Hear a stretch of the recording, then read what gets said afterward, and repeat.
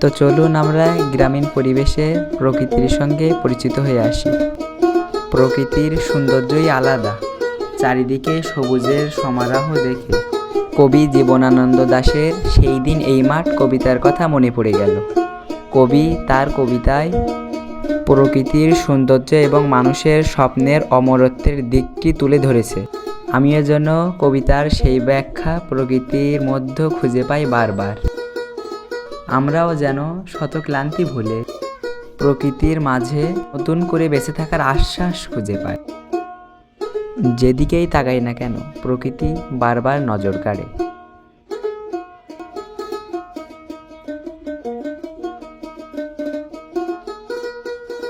আমার ছেলেবেলাটা সম্পূর্ণ গ্রামীণ পরিবেশের মধ্যেও কাটছে। প্রকৃতির আকাশ বাতাস মাটি পানি যেন আমাকে আটকে ধরেছে। যত দেখি ততই নিজেকে হারিয়ে ফেলি প্রকৃতির এই সৌন্দর্যের কাছে। সৃষ্টিকর্তার এই অপরূপ সৌন্দর্য যেন খুঁজে পাই প্রকৃতির মাঝে।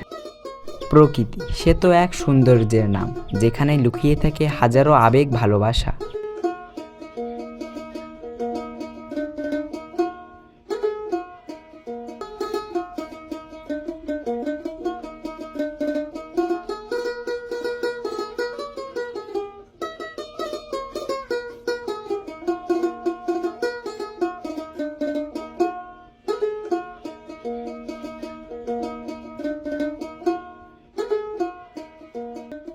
এই যে আপনারা পুকুরটি দেখছেন, এখানে আমার ছোটবেলা থেকে অনেক স্মৃতি মিশে আছে।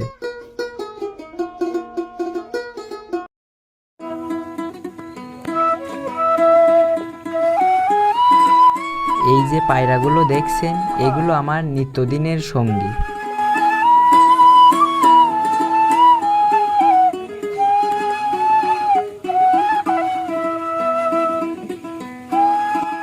পায়রার ওড়ার ধরন দেখে যদি মন ভালো না হয় তাহলে বুঝে নেবেন জীবনে এখনও আপনাকে অনেক কিছু শিখতে হবে। ধন্যবাদ এত সময় আমার সাথে থাকার জন্য। নিত্য নতুন এমন ভিডিও পেতে আমার চ্যানেলটি সাবস্ক্রাইব করুন।